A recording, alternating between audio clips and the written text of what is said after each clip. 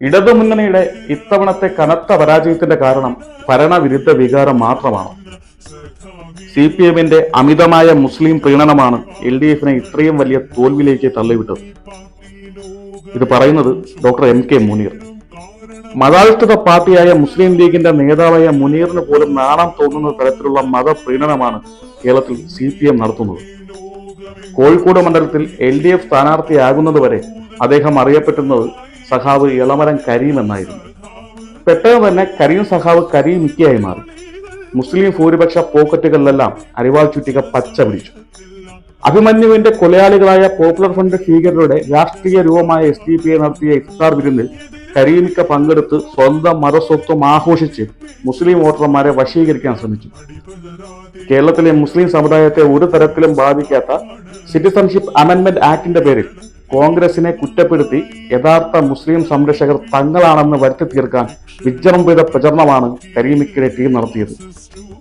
ഗാസയിൽ ഹമാസിനൊപ്പം ചേർന്ന് യുദ്ധം ചെയ്യാൻ പാർട്ടി കേഡർമാർ പോയേക്കുമെന്ന പ്രതീതി ഉണർത്തുന്ന രീതിയിലായിരുന്നു കോലാഹലം.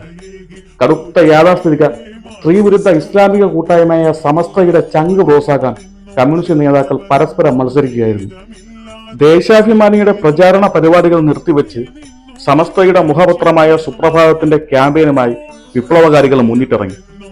ഇസ്ലാമിലെ പുരോഗമന ധാരയെ ക്രൂരമായി അവഗണിക്കുകയും തള്ളിപ്പറയുകയും ചെയ്ത CPM അതേസമയം താലിബാൻ ഫാൻസിനെ താലോലി ചാമ്പോലിച്ച് ഇസ്ലാമോ ലെഫ്റ്റ് എന്ന ബാനർ ഉയർത്തിക്കെട്ടി. മതേതര സ്വഭാവമുള്ള ഹിന്ദുക്കളായിരുന്നു CPM-ന്റെ ഫിക്സഡ് ഡെപ്പോസിറ്റ്. ഇസ്ലാമിസ്റ്റുകളെ പീഡിപ്പിക്കാനായി മുട്ടിലിഴയുന്ന കമ്മ്യൂണിസ്റ്റ് സമീപനത്തോടുള്ള അമർഷം പാർട്ടി അനുഭാവികളിലും നിഷ്പക്ഷ വോട്ടർമാരിലും കുറച്ചു നാളായി പുകഞ്ഞു നീർന്നുണ്ടായിരുന്നു. പരമ്പരാഗത കോൺഗ്രസ് വോട്ടുകൾ മാത്രമേ BJP അടർത്തിയെടുക്കുകയുള്ളൂ എന്നതിനാൽ അവർ എത്ര വളർന്നാലും പ്രശ്നമില്ല എന്ന സമീപനമാണ് മാർക്സിസ്റ്റ് പാർട്ടി വച്ചുപുലർത്തിയിരുന്നത്.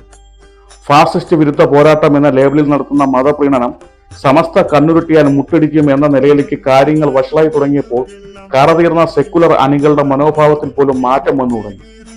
അനുഭാവികളുടെ അകക്കാമ്പിൽ BJP പ്രണയം അങ്കുരിക്കുന്നത് മാർക്സിസ്റ്റ് പാർട്ടി അറിഞ്ഞതേയില്ല. ഈഴവ സമുദായ കോട്ടയായ ആറ്റിങ്ങലിൽ V മുരളീധരൻ വിജയത്തിന് അടുത്തെത്തിയതും ആലപ്പുഴയിൽ ശോഭാ സുരേന്ദ്രൻ നടത്തിയ തേരോട്ടവുമെല്ലാം കേരളത്തിലെ ഹിന്ദു വോട്ടർമാർ മാർക്സിസ്റ്റ് പാർട്ടിക്ക് നൽകുന്ന വാർണിംഗ് സിഗ്നലുകളാണ്. ഈ രണ്ട് മണ്ഡലങ്ങളിലെ അസംബ്ലി തിരിച്ചുള്ള കണക്ക് പരിശോധിച്ചാൽ കാര്യങ്ങൾ കൂടുതൽ വ്യക്തമാകും. മറ്റെല്ലാ മതവിഭാഗങ്ങൾക്കും വർഗീയമായി വോട്ട് ചെയ്യാമെങ്കിൽ ഞങ്ങൾക്ക് എന്തുകൊണ്ടായിക്കൂടാ എന്നൊരു ചിന്ത ഹിന്ദു വോട്ടർമാരിലേക്ക് കടന്നുകൂടി കഴിഞ്ഞിരിക്കുന്നു. ഹിന്ദു മനോഭാവത്തിൽ ഉണ്ടായിട്ടുള്ള ഈ മാറ്റം ഇടതുപക്ഷത്തിന്റെ രാഷ്ട്രീയ അസ്തിത്വത്തിന് തന്നെ ഭാവിയിൽ വെല്ലുവിളി ഉയർത്തിയേക്കാം. ഇന്ത്യയിലെ ഒരു കുഞ്ഞു സംസ്ഥാനമായ കേരളത്തിൽ മാത്രം ഒതുങ്ങി നിൽക്കുന്ന മാർക്സിസ്റ്റ് പാർട്ടിക്ക് BJP-യെ ഒരു തരത്തിലും ചെറുക്കാനാവില്ലെന്ന് സാമാന്യ ബോധമുള്ള എല്ലാ മുസ്ലിങ്ങൾക്കും അറിയാം. അതുകൊണ്ട് അവർ കോൺഗ്രസിനെ കൈവിടില്ലെന്ന് മാത്രമല്ല ഒരിക്കലും വിടാത്ത രീതിയിൽ രാഹുൽ ഗാന്ധിയെ മുറുകെ പിടിക്കുകയും ചെയ്യുന്നു. ലോക്സഭാ തെരഞ്ഞെടുപ്പിൽ അഖിലേന്ത്യാ തലത്തിൽ കോൺഗ്രസ് നടത്തിയ വലിയ മുന്നേറ്റം കമ്മ്യൂണിസ്റ്റ് പാർട്ടിയുടെ ന്യൂനപക്ഷ വോട്ട് മോഹങ്ങൾക്കേറ്റ കനത്ത തിരിച്ചടി കൂടിയാണ്. കരീമിക്കയെ ഇറക്കി കോഴിക്കോട് മുസ്ലിം പോളറൈസേഷന് ശ്രമിച്ചവർ തൊട്ടയിലത്തെ മണ്ഡലമായ വടകരയിൽ മതേതരനായ ഷാഫി പറമ്പലിനെ തോൽപ്പിക്കാൻ ഹിന്ദു കാലെടുത്ത് പയറ്റിയുന്നത് വേറെ കാര്യം. ഇരട്ടത്താപ്പും മതപ്രീണനവും കണ്ട് മനസ്സുമണത്ത് പുരോഗമന സ്വഭാവമുള്ള ജനവിഭാഗങ്ങൾ പോലും ഇടതുപക്ഷത്തോട് അകന്നു തുടങ്ങിയിരിക്കുന്നു എന്ന യാഥാർത്ഥ്യം കമ്മ്യൂണിസ്റ്റ് നേതാക്കൾ ഇനിയെങ്കിലും തിരിച്ചറിയേണ്ടതുണ്ട്. നിങ്ങൾ എന്നെ സംഖ്യയാക്കി എന്ന് പറയുന്ന അവസ്ഥയിലേക്ക് കേരളത്തിലെ പുരോഗമന ഹിന്ദുക്കളെ കൊണ്ടെത്തിച്ചതിന്റെ ക്രെഡിറ്റ് മാർക്സിസ്റ്റ് പാർട്ടിക്ക് മാത്രം അവകാശപ്പെട്ടതാണ്.